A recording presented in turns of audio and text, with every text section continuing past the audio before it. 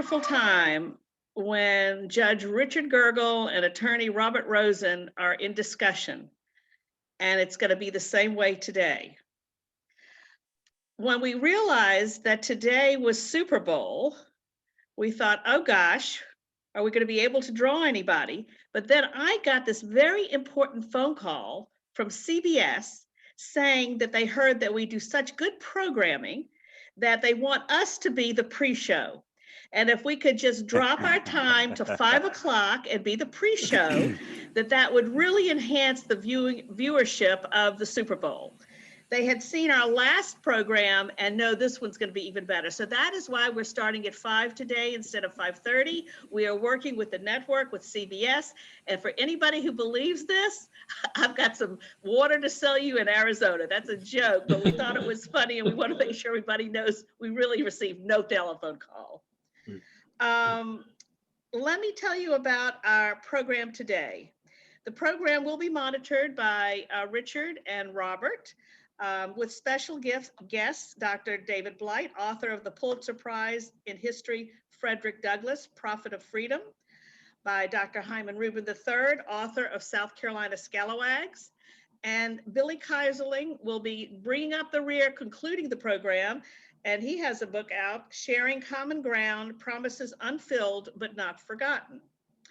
This program is one in a series of programs through the Jewish Historical Society that is dedicated to studying, preserving, and promoting awareness of the history and culture of the Jews in South Carolina. We welcome you all today and welcome you to all of our programming. We ask that you consider becoming a member of the Jewish Historical Society of South Carolina. Now, as a reminder, this session will be recorded, and you will be able to obtain this later on in the week on our YouTube channel. There's also going to be a link on our Facebook. In order to limit interruptions, please make sure that you stay muted during the presentation. We welcome questions through the chat, and please direct them to me, Lily Filler, as I will be then asking the questions at the end of the program. I thank all of those that have already sent in questions for your thoughtfulness to do so. So I will now turn the program over to Judge Richard Gergel, who will give us an overview of the program, the South Carolina Jews in Reconstruction, and who will introduce the 3 special guests as well. Richard? Actually, I will have the privilege of doing a brief introduction, and my co-host Robert will introduce the guests.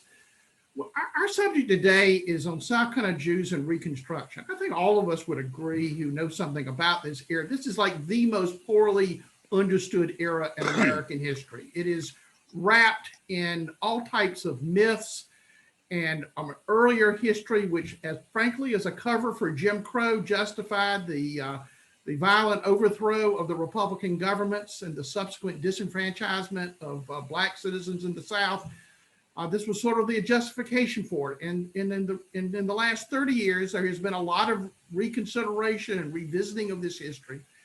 And I can't think of anyone better than having my friend David Blight to talk with us. Robert will introduce him in a second. He's the winner of the 2019 Pulitzer Prize for his book on Frederick Douglass, which I must say is one of the greatest biographies ever written on American history. And we're going to then go into the connection to South Carolina, and Dr. Hyman Rubin is going to talk to us about South Carolina Jewish Republicans, and Robert and I have written on the area as well, and we'll have a good discussion, and we'll finish with the really great work of Mayor Billy Keyserling in bringing the first national park on Reconstruction to South Carolina into his town of Beaufort. So with that, Robert, introduce our guests. Well, I'm really happy to introduce everyone. David Blight, I could go on for hours, but he is the Sterling Professor of History and Director of the Gilder Lehman Center for the Study of Slavery, Resistance, and Abolition at Yale University. He's the author of a dozen books, including American Oracle, The Civil War and the Civil Rights Era. As Richard pointed out, his Pulitzer Prize winning Frederick Douglass, Prophet of Freedom. And really, most importantly for our discussion today, race and reunion. And I've been doing a little show and tell. So this is his book, and this is one of the reasons why we've asked him to be here, because Race and Reunion was really a groundbreaking work that he really helped create, if he didn't do it single-handedly, the whole idea of the history of memory. In other words, how we remember history. And because I've known Dr. Blight for many years, he wrote about Charleston and talked about the first Memorial Day, and he's been involved in things in Charleston. And of course, he's written many, many other books. He's won Frederick Douglass Prize, the Abraham Lincoln Prize, the Bancroft Prize. And so he's really one of the most distinguished living American historians. We also have today Hyman Rubin III. Of course, this age group probably remembers his father. And Hyman, you're a little bit like me. Everybody remembers your father, you know. And grandfather. And grandfather. So, you know, you come from a long line of Hyman Rubin. And he received his doctorate in history from Emory University. His book, again, South Carolina Scallywags, has gotten good reviews. I was looking at it today on the internet, and he was reviewed by the American Historical Review. The South Carolina Historical Magazine said that it filled an important gap in the historical literature of Reconstruction. The book is published by the University of South Carolina Press. This book tells the story of white South Carolinians who cooperated with the Republican Party. And, you know, when we were all growing up, I say we, the people my age on this program, we learned about carpetbaggers and scallywags. And if anyone has ever seen Gone with the Wind, we all know these were not nice names for people. So the scallywags was meant to be derogatory. But today we're going to talk about a more accurate vision of who these white Republicans were, and some of them were Jewish. We have Hyman with us to tell us that. He teaches history at Mid Carolina High School in Prosperity, South Carolina. Billy Keyserling needs no introduction, but for those few of you who don't know who he is, he served in the South Carolina General Assembly for a number of terms. He was the mayor of Beaufort for 12 years. He is the son of Harriet Keyserling of blessed memory, one of the outstanding Jewish women in South Carolina history. And he's really and truly the founder and creator, certainly one of them, of the Reconstruction era National Historic Park, which has been designated as a historic site during the Obama administration. He worked with Jim Clyburn to get that done. He has written a memoir, Sharing Common Ground, Promises Unfulfilled but Not Forgotten. So we have that. Plus we have two other experts on Reconstruction, Richard Gergel and myself, who have wildly different versions of what happens and who the good guys and the bad guys were. Richard? Yes. Well, let me first turn to David Blight and ask Professor Blight to share with us a little bit of just the overview. The Civil War ends. Tell us how we come to Reconstruction. Well, first of all, thank you for inviting me. This is a great thrill, and what an amazing turnout, and what a great organization. I got to know Richard by first reviewing his terrific book on Isaac Woodard and Judge Waring in the New York Times, and then we did the book circuit together. It was great. So we're still on that circuit in a different form, Richard. And I have known Robert for at least 20 years from various visits to Charleston. Well, Reconstruction, you know, look, in Lincoln's second inaugural, that short but possibly greatest speech ever by an American president, he says that right near the beginning, he says, you know, all hoped for a, quote, result less fundamental and astounding. Fundamental and astounding, meaning the destruction of slavery, a war that would go on for 4 years, a colossal level of slaughter. Now, but what do you do? How do you put this back together? Were there any blueprints? Could you go into the Constitution, you know, in section this or article that, where it tells you what do you do when 11 states secede from the Union and you put them back in? There was no particular blueprint. to say the least. There was politics, and it had to happen through politics. And it is, of course, the single most divisive experience Americans have, even to this day, ever experienced. Now, one way of thinking about Reconstruction is through three big questions. This is sort of the way I always start my section on Reconstruction in my course. The first huge question that anyone who's going to model a plan for Reconstruction had to answer was, who is going to rule in the South? Is it going to be ex-Confederates? Is it going to be the former slaves? Is it going to be now Northerners, Yankees who relocate into the South, later called carpetbaggers? Is it going to be Southern white Unionists? In some regions of the South, there were a lot of them.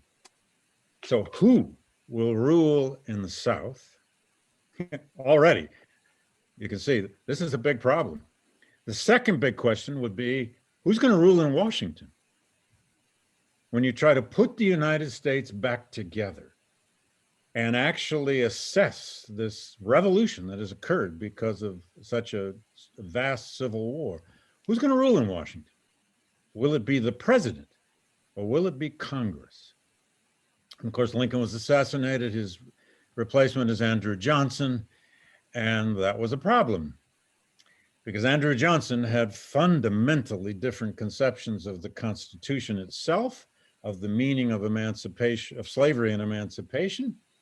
He was a virulent racist and a very staunch states' rightist. But he was Lincoln's running mate in 1864, and that's another kind of strange story. I mean, how did he get on the Republican ticket? He wasn't even a Republican. And that's going to lead, of course, to tremendous conflict over the policies of Reconstruction and ultimately to the impeachment of Andrew Johnson in early 1868, though not convicted. And then the third great question, which had to have answers, is what were the dimensions of Black freedom? What does emancipation mean? Who are the former slaves? What are they? Do they become citizens? What does that mean if they are citizens?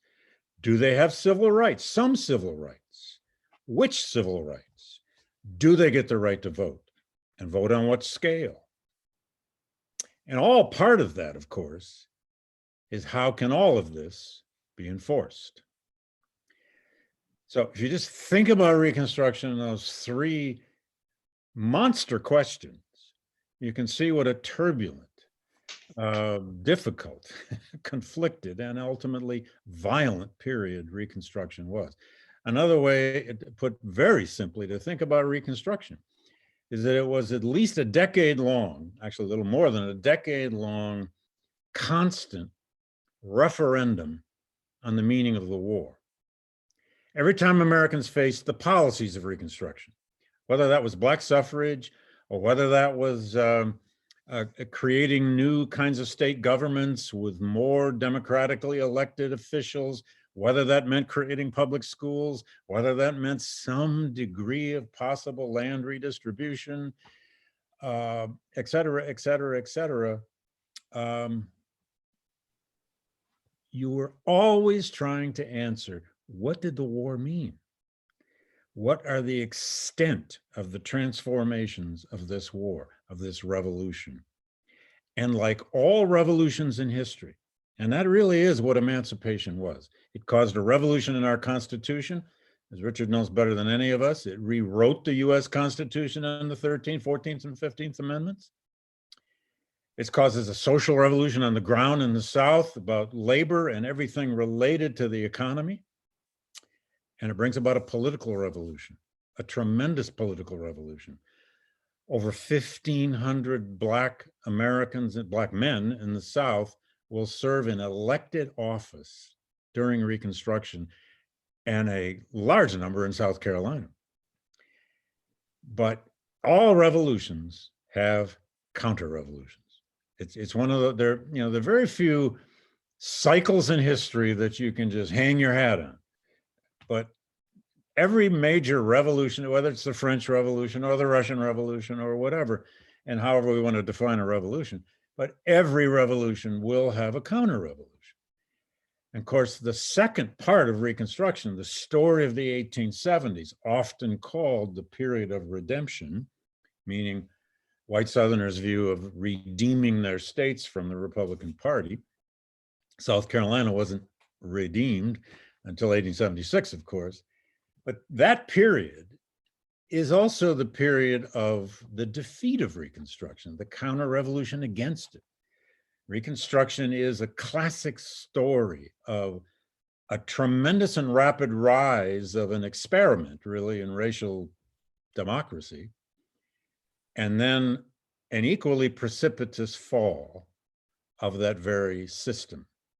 Reconstruction was as much defeated as it simply, some would say there was a retreat by the North from Reconstruction, and there was, but it was really defeated by the white South. It was defeated by the reemergence of the Democratic Party in the South, and it was defeated, let's be honest, by terror and violence, the largest scale of political terror and violence in our history.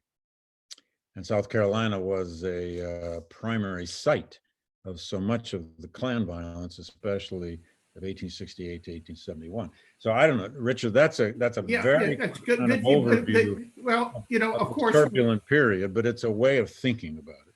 right. Well, when obviously on the question of what rights African Americans would be provided as citizens, of course, with the 13th and 14th and 15th Amendments, it was that at least for men, there would be the franchise. Yes. And in South Carolina, the population is 60% African American. And they vote when they and they vote. 80-90% of African Americans, free people, voted, and recently free people mostly. And there was, you mentioned about the 1,500 Black elected officials. A majority of the South Carolina House is African American. Right. The entire South Carolina House congressional delegation is African American. Right. The state elects a Secretary of State, statewide office, who is actually the son of a Jewish merchant, Francis Cardoza, mixed race. And Robert Smalls ended up in the U.S. Congress. I mean, Robert Smalls, who liberated the Union, the ship, the Confederate ship to the Union, becomes a congressman for multiple generations, for multiple decades. So it is an extraordinary moment. The early historiography of this era was that this was a huge blunder, a historic mistake to allow Blacks to vote. That was it's often referred to as the Dunning School, right, of historiography.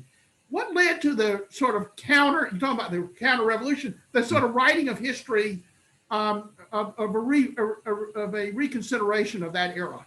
What happened? Yeah, well, the Dunning School, name for William A. Dunning, a historian who, well, spent much of his career at Columbia University, was this point of view.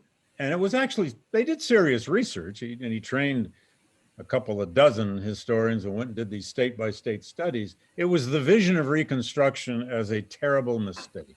A time when the country, and particularly the radical Republicans, took their ideas of racial equality and uses of government power way too far, and that the reaction to that, whether it's the Klan or it's just the reemergence of the Democratic Party, was something to be celebrated. And that the overthrow of Reconstruction was viewed in the Dunning School as a kind of national triumph. Well, that point of view in many famous books, and some of them quite popular books in as late as the 1920s and 1930s, was really overturned in the wake of the Second World War.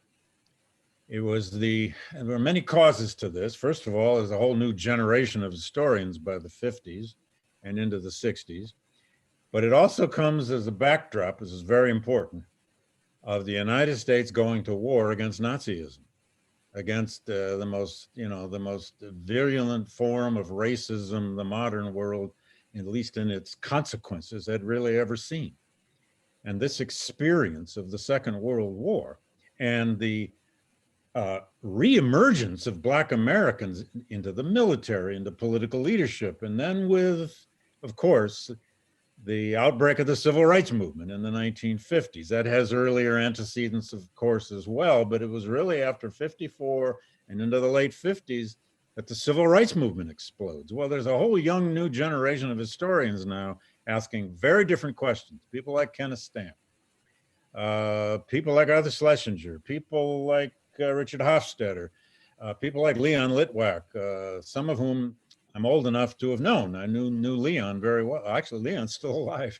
But anyway, they began to ask very different questions. They were saying, wait a minute, what did Reconstruction actually accomplish? And out of that came a whole new, it took a decade and a half, even 2 decades really, down to around 1970, when there's this flood of scholarship that's looking deep into regions of the South, looking closely now at the Black experience. This is all part of the revolution in Black history, but also looking at the radical Republicans as not wild-eyed fanatics, but as people who had a vision of government, came out of an experience. These were Republicans who created the Republican Party in the 1850s, fought the American Civil War, had won the war to preserve the Union and free the slaves, and now felt the responsibility of making good on that. People like John Bingham, who people just don't know. And no matter what you do, we can't get people to remember John Bingham. He wrote Section 1 of the 14th Amendment, the Equal Protection Clause, the Birthright Citizenship Clause. He was an original Republican from 1854. He was an evangelical Christian abolitionist from Ohio, and he was determined to, as he put it, federalize the Bill of Rights in Reconstruction, and many, many others like him. So the revisionist historians, as you referred to here, in the 50s, 60s, into the 70s, rehabilitated the radical Republicans, rehabilitated this idea of the experiment of Reconstruction, and showed that it accomplished a great deal, including the 1,500 Black men who get elected to office, some to the US Congress and 2 to the US Senate, and so on and so on.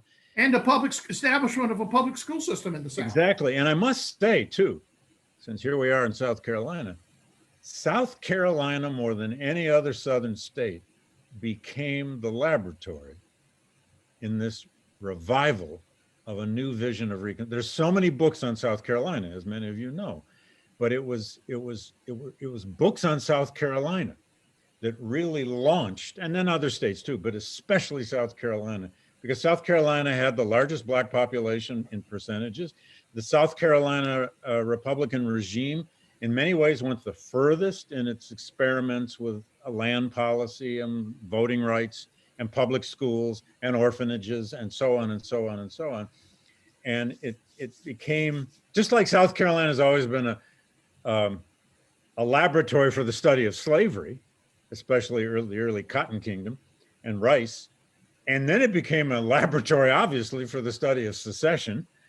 It became a laboratory for the study of Reconstructions, because more happened in South Carolina of a meaningful nature in this great experiment of Reconstruction in South Carolina, really, than almost any other state.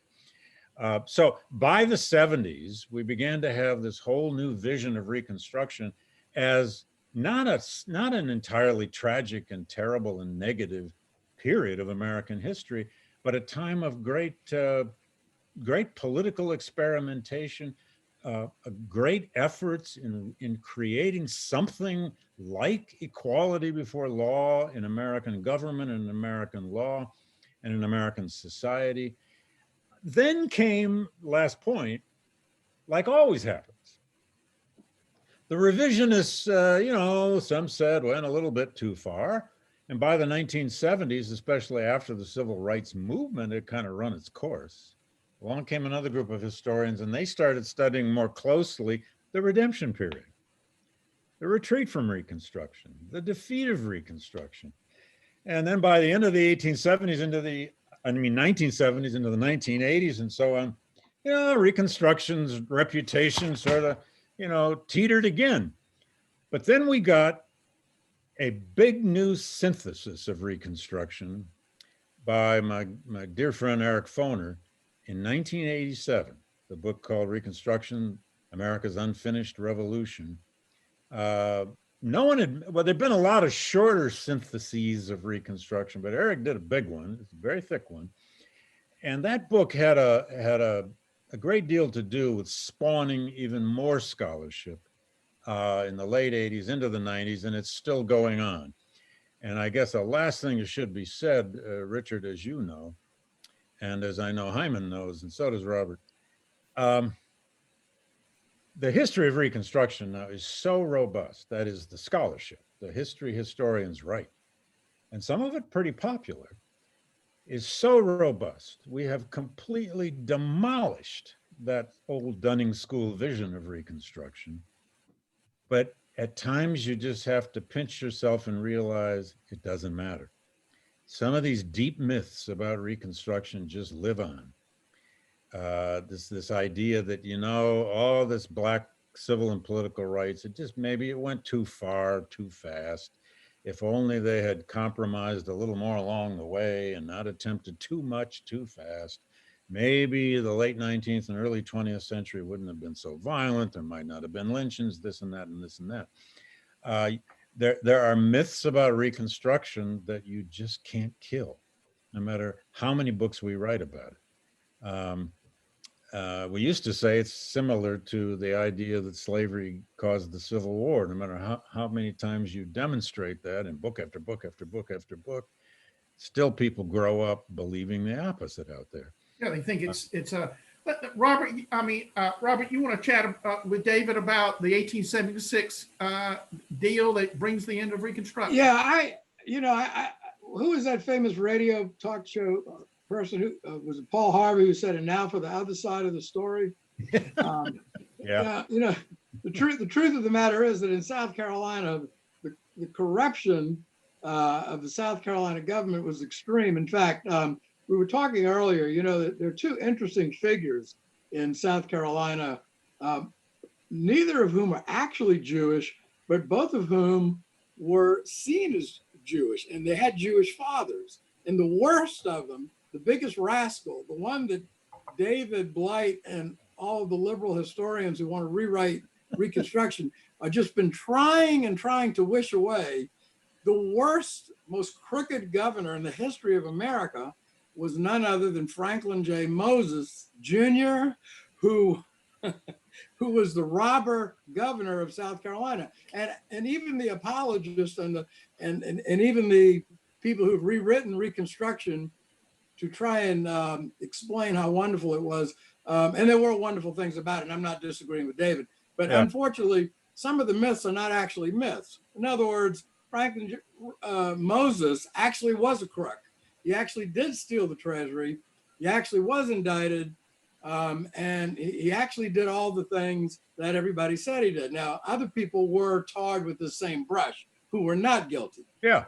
Yeah. So unfortunately for the Jewish community. The spoilsmen were everywhere during Reconstruction. Yeah, exactly. Corruption was a way of life. Yeah. And and then we have Francis Cardozo, and all the Jewish listeners know Cardozo. Well, what they don't know, Francis Cardozo was born a free black. Mm-hmm. He became the first African-American in American history to be elected to statewide public office. He was the Secretary of State of South Carolina. Yeah. He was what was then called a mulatto, so he was half white, half black. His father was Jewish, and he had brothers and sisters, and his father recognized him. In other words, this was not a secret. Yeah. And he went to the University of Glasgow, was a very sophisticated, educated man. So the Jews of South Carolina have this very bizarre, sort of interesting connection with some of the top people. So what happens is good things happen in 1868. The Constitution gets rewritten. Cardozo was the chairman of the Education Committee. Right. He helped invent the public school system in South Carolina. Right. Moses is elected adjutant general because he wanted to take over the military. So we have these two people on different tracks. The problem is that things start out in a good way in 1868. There's a lot of hope. by 1872, Franklin Moses is like, got everybody in a snivet. And so things start going downhill. By so by 1874, 75, the white people of South Carolina basically have decided they're going to undo this government, and they look to Wade Hampton to do it. And then we have the most violent elections, as David pointed out, and the use of terror, the Hamburg massacre. So by 1876, the Redeemers, the white community, so to speak, for the most part, with the exception of the Scalawags, decide they're going to take the state back. And that brings us to the 1876 election, which we've all learned so much about from Donald Trump. And from Ted Cruz, who's made it. And from Ted Cruz, who's an expert. But Ted Cruz should have read more than one page about it. Yeah, right. Exactly. But he didn't know what he was doing. The very brief version is the elections were stolen in various states, particularly in Louisiana and South Carolina, by violence. But in Florida. But by 1876, the North had had enough of Reconstruction. Grant had sent the troops in to put down the Ku Klux Klan. But remember, the South just didn't quit. 1865, the war was over, but it's now 11 years later. The North was worn out with this experiment. Yeah. Hayes and Tilden have a political contest. A deal is struck in Washington. Nobody knows exactly how that all came about. But in any event, Hayes became president. And part of the deal was he would let Wade Hampton's election stand in South Carolina when he was elected governor. And there's a Jewish person who plays a role in that. Richard, don't let me forget. Edwin Warren Moise. Yeah, he runs the violent campaign. But let me just say, but this, I just have to say this and then I'll be quiet. We had an honest Jewish white Republican, Franklin Moses Sr. Franklin Israel Moses. Yeah, excuse me. The father of the crooked governor was an honest Chief Justice of the South Carolina Supreme Court. That boy dropped far from the tree, didn't he? Yeah, and he was going to vote with Hampton. I'm going to read you a quote that I think our Jewish listeners will love. He was going to vote for Hampton to be governor. Hampton was seen as a godlike figure among white people in South Carolina. This is what the Charleston newspaper said. The act that would have blotted out the past, meaning he could have voted for Hampton and redeemed himself, he was not, in God's providence, allowed to perform. From the heights, like the Hebrew lawgiver Moses, he might look down upon the land where reigned plenteousness and peace, but he had not kept the faith, and in the flesh he might not enter in. So there you have Moses not being allowed to enter into the land of Israel by God. So. Well, look, a real quick response, I hope. First of all, on the question of corruption, you're not wrong. I mean, corruption was, this was the age of spoilsmen, as historians have called it. It was an era of bribes in American politics. It was the era of all sorts of terrible scandals in the Grant administration, especially his second term. Scandals in the building of the Transcontinental Railroad, scandals like Credit Mobile, which was the corporation created that got all the money that built the Transcontinentals. The whiskey ring, which was an incredible, terrible scandal of Americans, especially in the government and congressmen, on the take. Anyway, this was a bit of a way of life. But, one way of thinking about this is when you have massive revolutions like this and you try to turn politics upside down, because they need to be turned upside down, it's not unlike when, I don't want to go too far with this analogy, but it's not unlike all of the independence movements that happened all over Africa in the 1950s and 1960s, when colonialism finally came to an end, often without violence, often with violence, and often the regimes that took over, and some of the regimes still are very corrupt regimes. They're not democratic. When you have political voids, usually democracy does not just thrive, does it? Even when democracy seems okay, it doesn't thrive. Anyway, but the 1876 election is absolutely crucial. South Carolina is right at the heart of that, with the other two southern states, Louisiana and Florida, that had not yet been redeemed by the Southern Democrats. So there are only 3 states left facing this new election. And by the way, it's the first presidential election since the war when both parties, Republicans and Democrats, sort of faced each other with a kind of equality of electorate behind them. And of course, the Democrats, with their deep base in the South, run a former New York governor. The Republicans still have their deep base in the North, run an Ohioan. And that's often happened in American history. You know the line about, and he had to be a Civil War veteran, of course, as Rutherford Hayes was.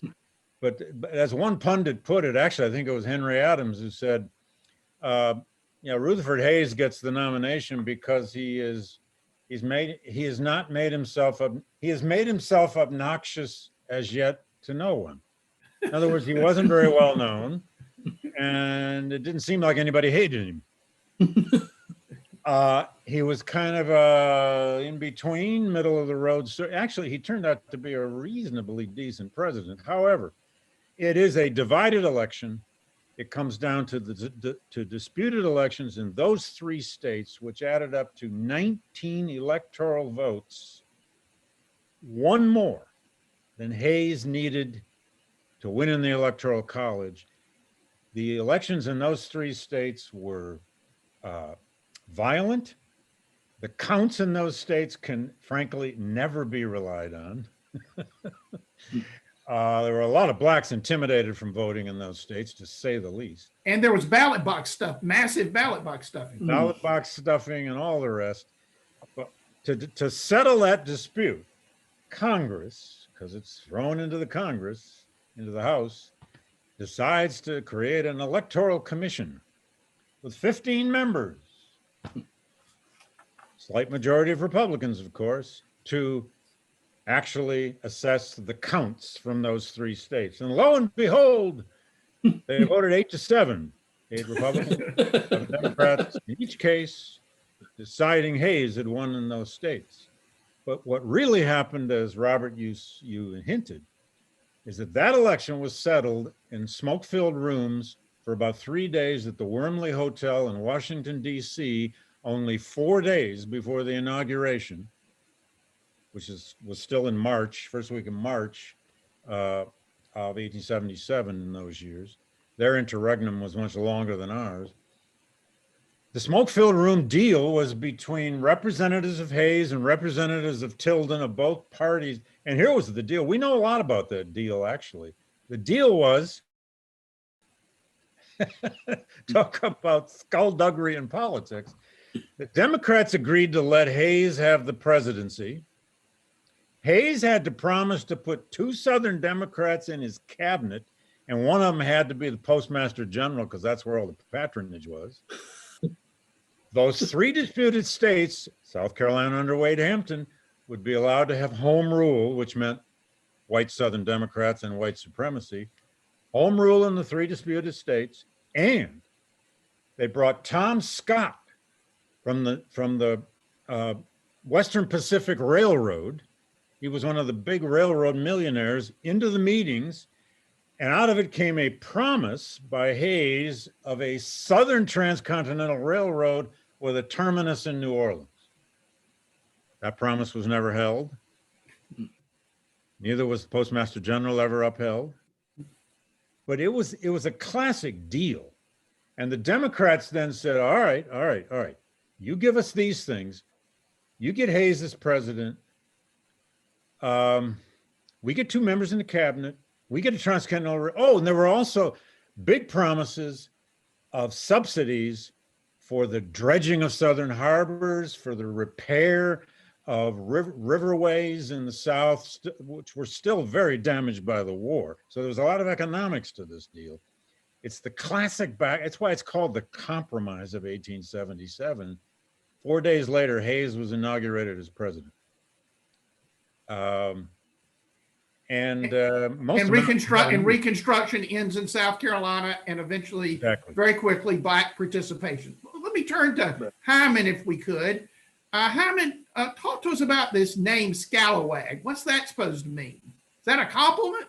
It is not a compliment. There are a number of stories about where that word comes from. The etymology seems to be disputed, but my favorite story is the one that Wade Hampton told, which is that the word is used by herdsmen in Scotland to mean the cattle that are not fit for butchers or dogs. So the implication obviously is these are lower class people. They don't have anything to them. And they're joining the Republican Party because they could never make it in the Democratic Party. So who are these people? Who are these white native born or at least people living in South Carolina before the Civil War? And Richard, importantly, who are the Jews among them? We're going to get to that in just a second. Well, in reality, the background, the class background of the white Republicans was much more mixed. Some of them had been in the lower classes. A lot of them had been merchants and small farmers, and some of them had been very well off. Probably the best predictor of who's going to join the Republican Party would be unionism, people who were either unionists or reluctant Confederates that didn't really believe in the war to begin with. But that's not universal. There were plenty of people who were gung-ho for the Confederacy, but then when they lost, they decided it was over and that they would cooperate with the new government. So some merchants, town people tend to be Right. more. We're talking about like maybe 1 in 5 whites is a Republican at one point. That would be my sort of upper end estimate for South Carolina. Obviously, other states it could be a lot more. What we didn't really have here in South Carolina is the mountain unionists, the Right. West Virginia, East Tennessee, Western North Carolina type regions. There were a lot of white Republicans in those places, but we didn't really have much of that. So in South Carolina, yes, it would be some in the mountains, mostly small towns, merchants, and a lot in the big cities, a lot in Columbia. And some of those are Jews. Some of those merchants and lawyers are Jews, right? Who are Republicans. That's right.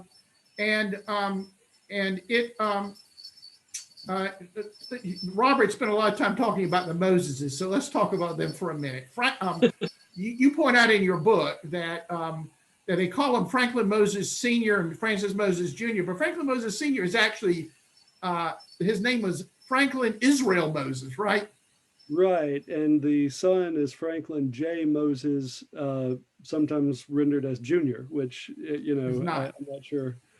But Franklin Moses Sr. Was a state senator from Sumter before the Civil War. He was a circuit judge, and then he was Chief Justice of South Carolina for a number of years, and was the first Jew to hold a position as a Chief Justice in any state in the country. Right, yeah, and his reputation, as was mentioned earlier, really didn't suffer that much. I think probably some South Carolina Democrats would hold it against anybody to cooperate with the new government, but he didn't get the same sort of criticism for corruption and so forth. Yeah, I mean, I don't remember ever reading anything suggesting he was corrupt in any way. He was apparently a very good judge and a prominent official in South Carolina before the Civil War. His father, Meyer Moses, Robert, was I think the first Jew from Charleston to be in that state House of Representatives. Yeah. So I mean, this was a very distinguished early Jewish family of South Carolina, and as Professor Blight said, the son fell far from the tree. He was Hyman, you dug into this because it's hard to believe anyone could be as bad as Franklin Moses, the governor, but he's pretty bad, isn't he? He was. He admitted as much in later life.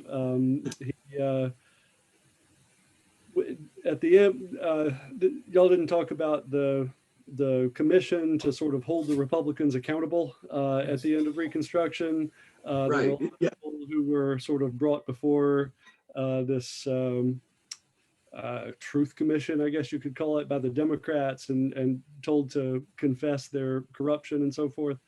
A lot of them, denied it, but Moses didn't. He said, "Yep, I did all that." He talked about exactly how it was done. Now, one thing he did say in his defense was that he was only a small-time crook, that the real money had been stolen before he came into office by the Scott regime.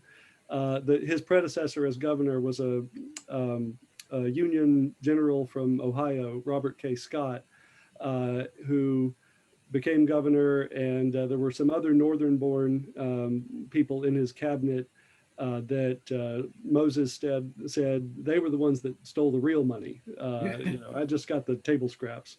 Well, But Richard, Yeah. this is very important. For the Jewish community, and I wish Anita could I know what's understand- coming. His mama wasn't a Jew. No, well, he wasn't a Jew, but everybody said it. Look, there's a Thomas Nast, the famous cartoonist, who wrote all those fabulous things from this era.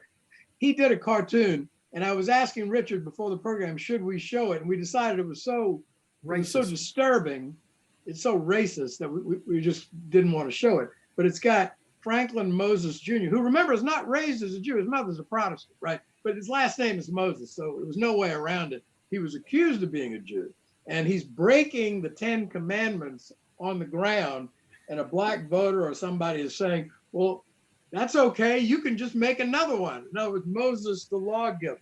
Yeah. And so he was mocked incessantly for being a Jew. It certainly didn't help the reputation of the Jews of South Carolina.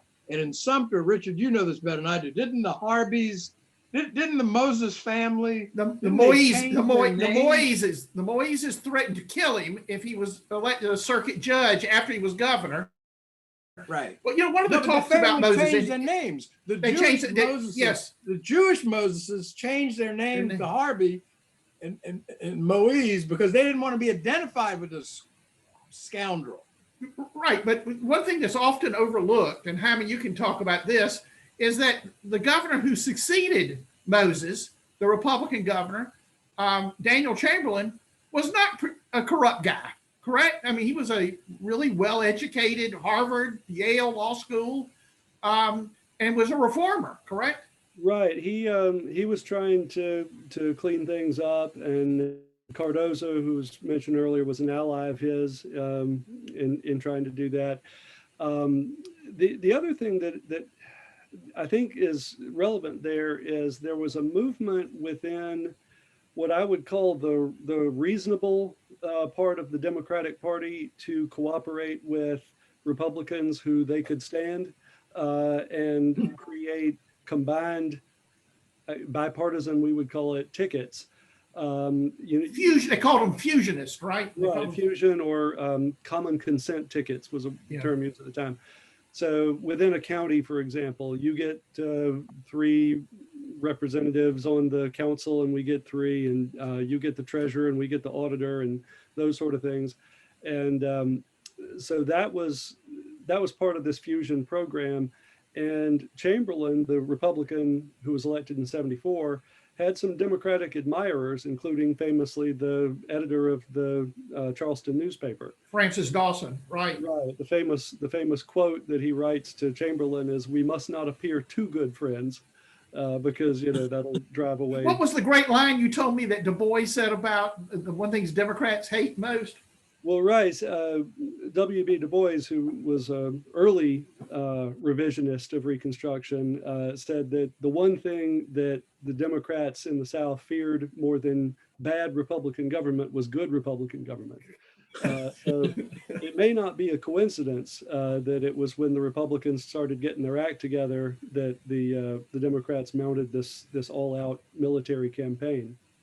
But the other thing is they probably saw an opportunity because the Democratic Party in the rest of the country was ascendant. They had gone from a deep hole in congressional membership to I think it was down 100 seats to up 100 seats or something like that in the 1874 election.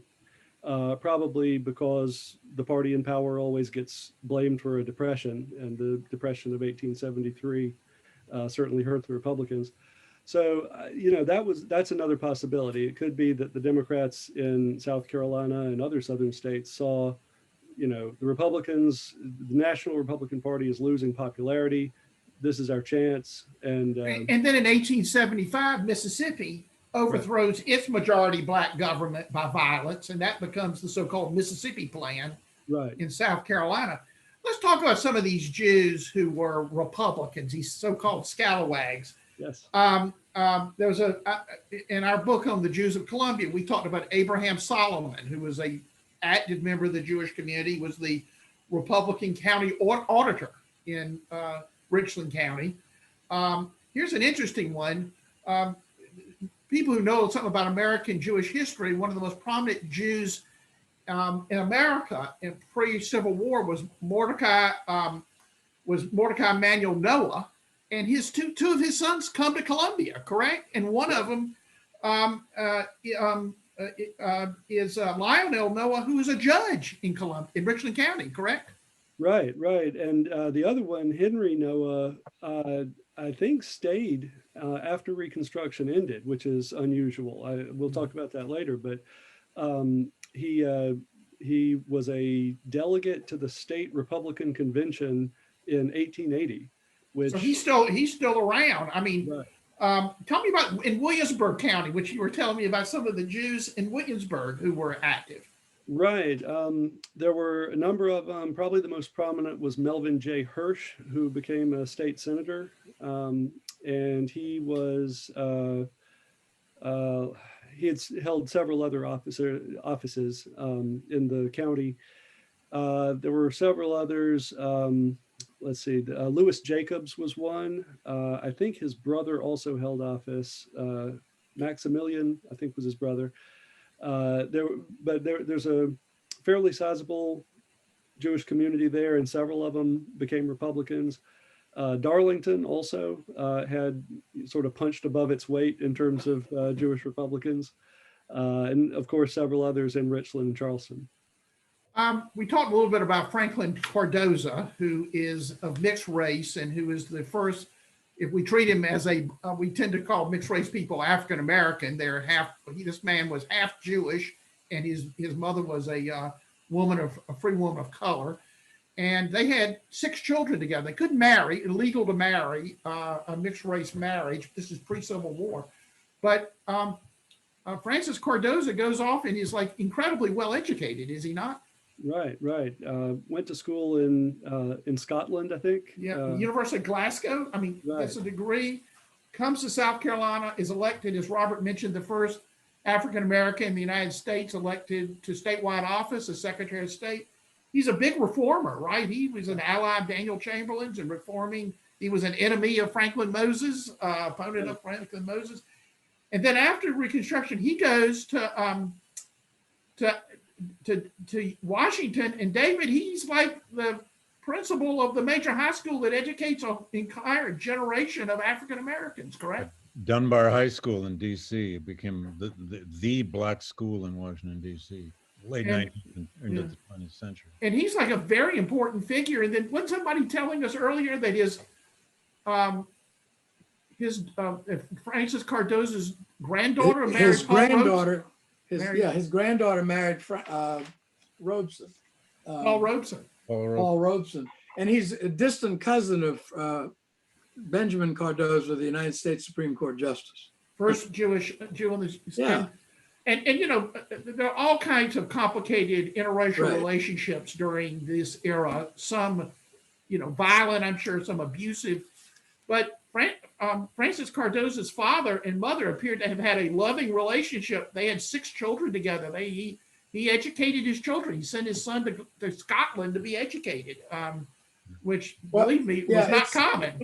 Yeah, it's not as unusual as everybody thinks. I saw a program the other night about 3 women of color that forging freedom, Black women in the pursuit of liberty in antebellum Charleston. And one of the things she talked about is, you know, these interracial marriages that produce children were a lot more common than people believe and a lot more accepted than people believe. So, and I think there's definitely a Jewish aspect to that. I mean, you know, Sally Breitbart told me that Judah Benjamin's father was married to an African-American woman after he divorced his wife. So, I mean, you know, there's a whole lot of history to be written about that. Yeah, it's hard to ferret some of it out because it wasn't documented in any way. It was People were hiding it. Yeah. Well, Robert, let's talk about the Jewish red shirts a little bit. Yeah. Well, we're getting short on time. First of all, yeah, explain what the red shirts are. But I do. But I have to say that we're trying to be fair, that there were many Jews who were involved with the scalawags and with the Republican government. But I have to say, the great majority of Jews in South Carolina, I think we have to agree, identified with the white majority. And one of the things I want to stress more than anything is I don't think people realize the devastation, or they don't think about the devastation of the state. In other words, you know, the truth is that Charleston was a shell of its former self. Columbia had been burned to the ground. Richard denies it, but we all know it was burned by Sherman. And Hampton. and so, you know, one of the things that I do find somewhat, I think it's very important about this story, KKBE had separated. Remember, the Reformers wanted the organ and the Orthodox wanted to have another synagogue. So they created Shearith Israel, a remnant of Israel on Wentworth Street. Well, when the Civil War was over, the first things the Orthodox did was to steal the synagogue from the Reformers. So they marched over to KKBE and said it was their synagogue. And you know, the Reformers always have to put up with this from the Orthodox, you know. And so the Orthodox, so the dispute went to the military commander of Charleston, who said, no, there was a court decision. This belongs to the Reform. So, I mean, the point is KKB had been bombed. The roof was crashed in. I mean, you know, everybody's talking about this like it was a normal time. It was not a normal time. Half the Jews in Charleston was in ruin. Charleston was in ruins. Half the Jewish community had left. Columbia, many of the people at least half the Jews in Columbia left after the Civil War. Yeah, after the burning. People were really desperate, and they were desperate for many, many years. And so I think it's all well and good to talk about these concepts, but you know, if you had a store that was destroyed, MC Mordecai, who had a steamship company, he was blind and went to live in Baltimore. I mean, people just left. And so, you know, I do think we have to realize that these were revolutionary and tumultuous times. That poverty was grinding for many, many years. But Edwin Warren Mowes, who of course had served under Wade Hampton as a captain in the cavalry, became the leader of the military wing of the Hampton campaign, the Red Shirts. And so while we have a so-called Jew being the corrupt governor, we have Edwin Warren Mowes, who to the white South Carolinians was a great hero of redemption because he led the Red Shirts and he made speeches for Hampton. And, you know, he was a very charismatic military leader. So, you know, and a practicing Jew. When the Tree of Life was dedicated in I believe 1905, he was the speaker at the temple dedicating the building. I mean, he was a really prominent figure, and it shows you, like Dr. Sonnen talked to us about Jews in the Civil War. Jews are everywhere. They're on both sides. They're not really different from their neighbors. Probably a majority of them are Democrats, a minority are Republicans. They're on both sides because there wasn't a so-called Jewish position on these issues. Yeah, if I could just interject on that.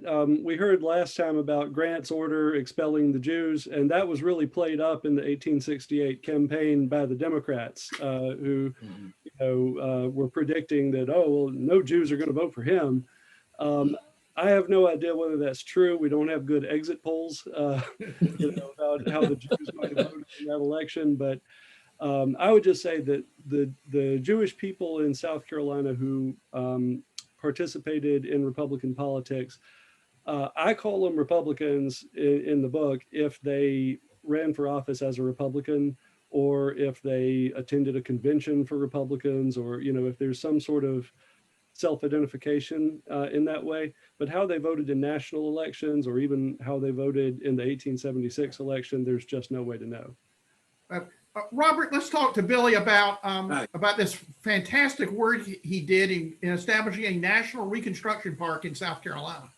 Yeah, I think it's very important for everyone to know that South Carolina was in the forefront of Reconstruction, and there's all sorts of things that went on in Beaufort. So Billy, would you tell us about it? Billy Yeah. needs to. Yeah, Billy, you need to unmute. Yep. As David said, South Carolina was a big experiment in many ways.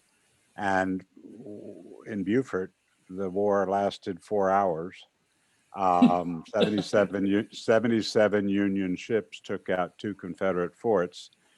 The planters abandoned those slaves who they couldn't get to go with them. And it was over. There was no on-land battle. There was immediately the Union troops stayed. They recruited the contraband to go into the Union Army. They became a refuge for escaped slaves from Florida, from Georgia, at what is called Camp Saxton. And so, what made Beaufort unique, even for South Carolina, is that Reconstruction, through the experiment, really went from 1861 all the way to, the Park Service will say now, up to 1900, because Robert Smalls was so influential that he got with the white power structure. And Beaufort, according to our local historian, Larry Rowland, who many of you probably know, but Beaufort was probably more prosperous during Reconstruction than it's ever been. When my grandfather came in 1888, he immediately got involved in a farming operation. He organized buying and selling cooperatives that included black farmers, white farmers, big farmers, little farmers, because he saw the value of the Sea Island cotton that they had like no one else ever had. And so it was an unusual experience. That's not to say that there wasn't, there's always good, bad, and ugly.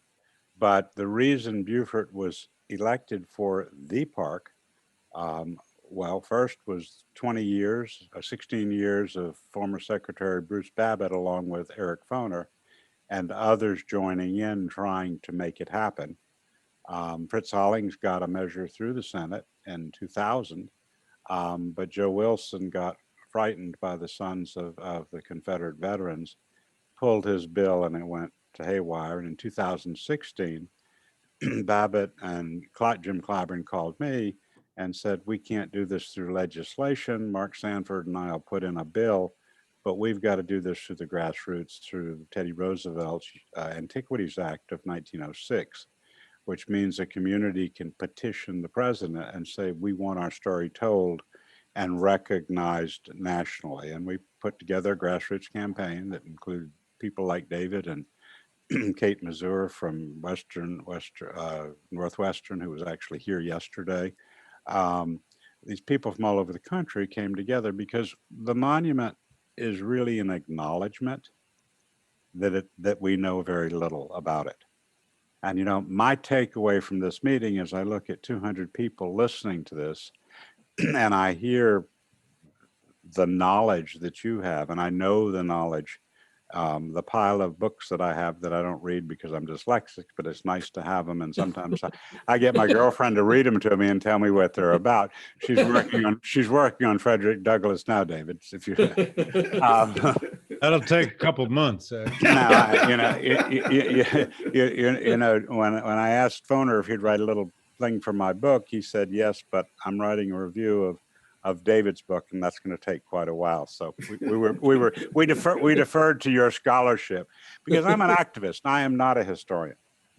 My Jewishness is in my heart, My Jewishness is in the passion that I know we can do better. And I also know that if, as David used the word, we can kill the myths or right the wrongs or tell the truth, we can find answers to where we are today. And so I really sort of compliment with an E. I'll compliment with an I as well as an E, y'all. But my passion is to leverage the creation of a national park that has associated with it the ability to build a network of sites across the country so that people can travel and learn the story. And why is it important that they learn the story? Because Richard said in the beginning he thinks the Civil War ended. I don't think it's yet ended. I think we're reliving it, and we've talked about the comparisons to where we are, the reemergence of sort of the Dunning new interpretation that David referenced, the backlash, and until we as a nation can realize that we have to do more than put band-aids on this problem, that we have to dig deep into the soul and we have to really understand, look and talk about with each other, as I said, the good, bad, and the ugly. We can purge the poison, but it's the poison that I read about, that that's got Ted Cruz being who he is, or Rand Paul being who he is. And if we're going to really fulfill these promises of 13, 14, and 15, freedom, justice, equality, we've got to look in the mirror, and we can take time to go and look at the Super Bowl, but we have to take the knowledge that you have when we get up in the morning and look in the mirror and say, I know so much. I need to begin to teach 11 to 15-year-olds who I think are the next army for the fundamental soul changing that we need. And that's pretty much what we've done is we're leveraging the park. We've started an organization. We're organizing teachers around the country. We're going to be advocates for the stories that I heard today. And of course, from all of there's plenty of scholarship out there, as David mentioned, and it's more and more and more every day. You can see 3 podcasts today of young historians telling a story that may not have been heard. But how do we get that to the point that an 11 to 15-year-old who's not yet poisoned can begin to challenge the status quo, can begin to say, the white kid, to his mother, his father, quit using the N-word. Uh, Robert's my friend. We've been friends since 5 years. We were 5 years old when you sent us to school. And now you're telling me the guy who's tutoring in algebra is an N-word? Or the young black girl who says to her mother, Katie and I have been friends since we were 5 years old. And now I'm 12 and you're telling me that I can't go to Katie's because I might do something wrong. I might embarrass myself. My pajamas might not be good enough to be in their house. I might say something wrong at the table. Mama, we've been friends. And I really think that if we're going to get to the fundamental change of what I call this unending civil war, these kids are ready. We can catch them before they're taught. Nobody chooses to be born. Nobody's born ignorant. Nobody's born hateful. Nobody's been mean. Nobody knows how to diversify. Everything that's here has been taught to us. And we've just been teaching the wrong story advertently and inadvertently. And since this period, we're 3 generations into it.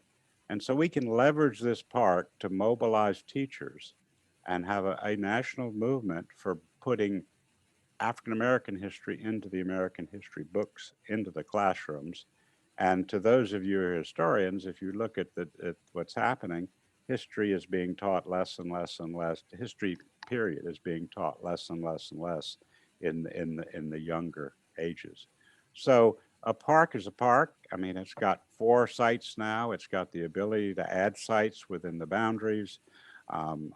Was on the phone with the John Hope Franklin Center in Tulsa. They want to be part of it. They want to be part of the network.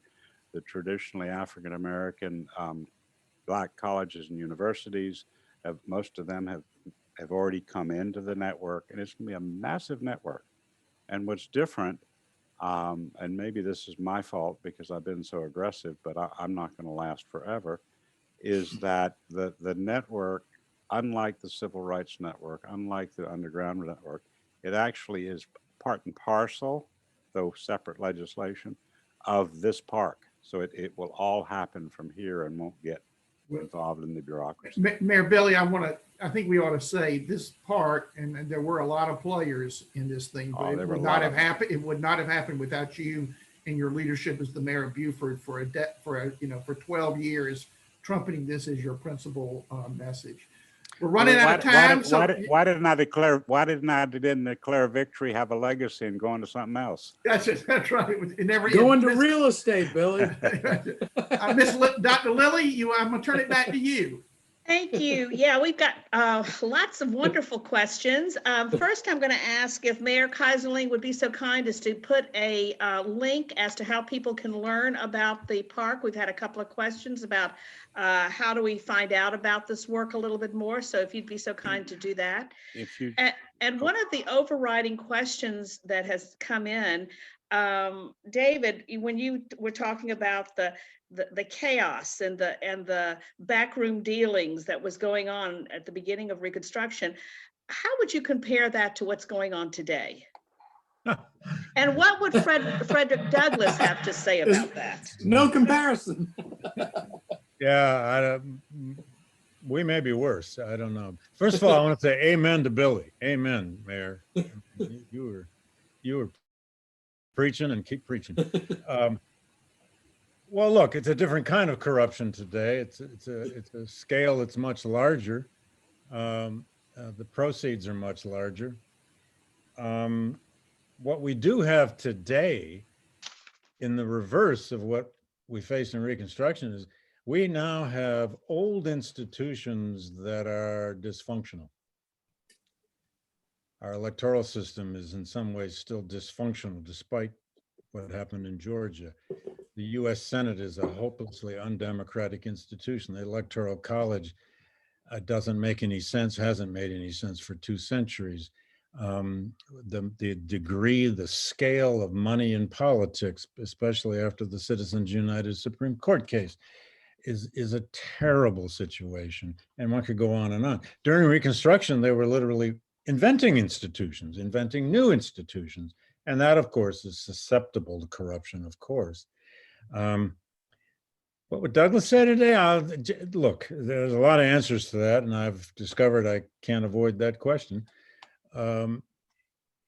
He would, above all, I suspect, tell us to speak the truth.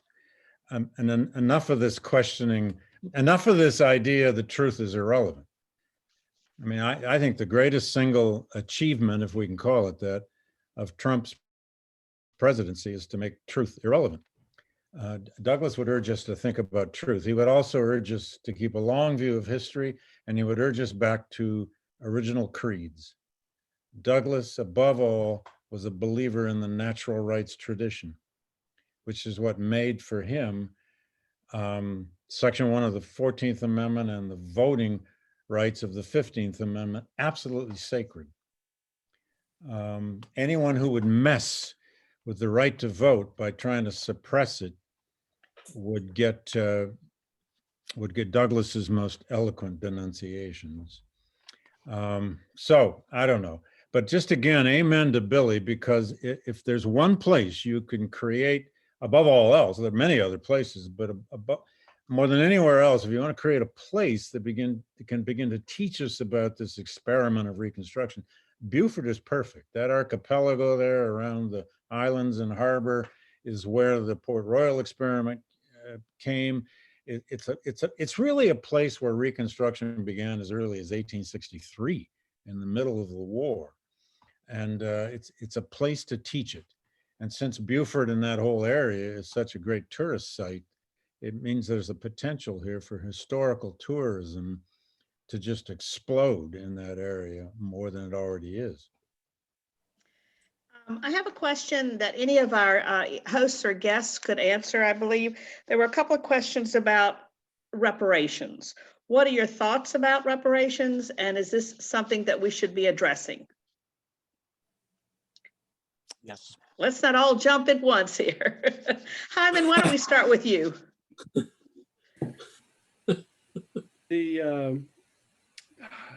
I'm not sure how to answer that from my perspective. I was looking at the politics for the most part of the Reconstruction period, and the sort of legal claims that would be involved in reparation are sort of beyond my expertise in that area. Richard or Robert? Richard's not gonna. I'm not going to comment on any proposed He's a federal legislation judge. He or can't anything touch like that with that. a 10-foot pole, but Yeah. well, I just think that's one of those lightning rod issues that has got to go. You know, some people just have to articulate what it is they mean by that. And I know there's some talk about creating a commission on reparations, and you know that's a long conversation. And you know, I don't really have any views on it. I mean, really, I think that one can debate that any number of ways. You know? Well, one of the ways we have to think about it, at least, is that there are many, many models for this that have been tried around the world. They haven't all worked. There's the Truth and Reconciliation Commission of South Africa. There's the Argentinian model. There's the German model of paid reparations. There was a truth commission of a sort in India.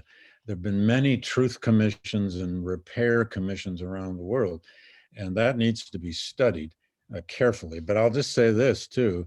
I'm currently chairing for my sins a working group here at Yale. The president asked me to chair a 1.5-year study of Yale University's connections to slavery over its 319 years of history. And and we've done public panels now, we've done events and so on.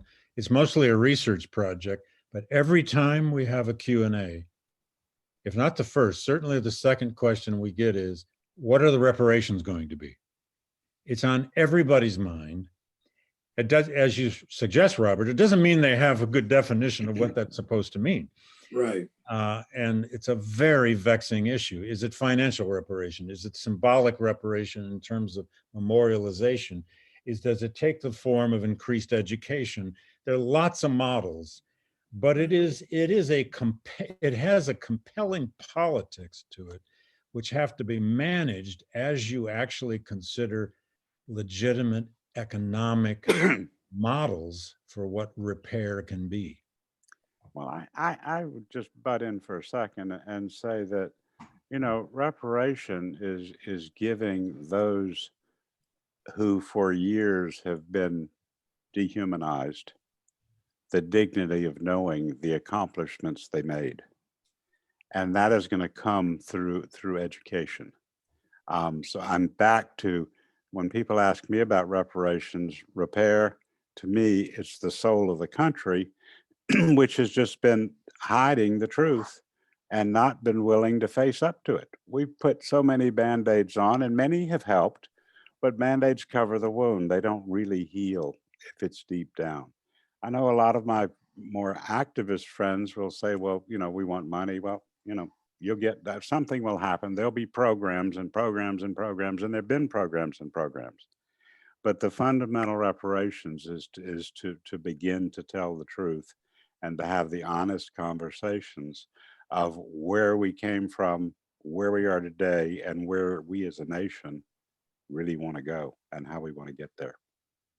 Well, I think everybody will agree that this has been a fascinating discussion, and we could go on for hours on this. And unfortunately, since the network has asked us to be the pre-show and the real show is going to start soon, I do have to end this discussion. But Lily, I just want everybody to say they're going to poll for Tom Brady. That's the most important thing.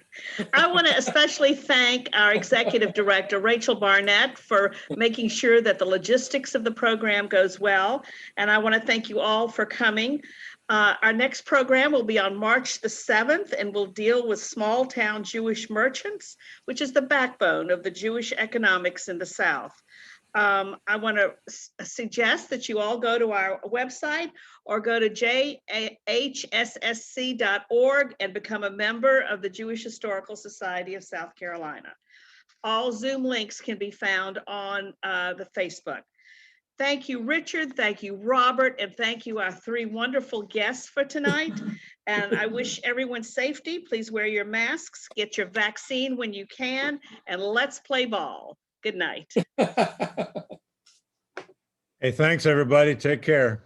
Thank you. Thank David, thank you Be for, well. Thanks for thank you for presenting. Sure. Hey, and take care, Mayor. Thank you for educating me. Hey, you didn't need me. Bye, guys. See you soon, everybody. Thank you.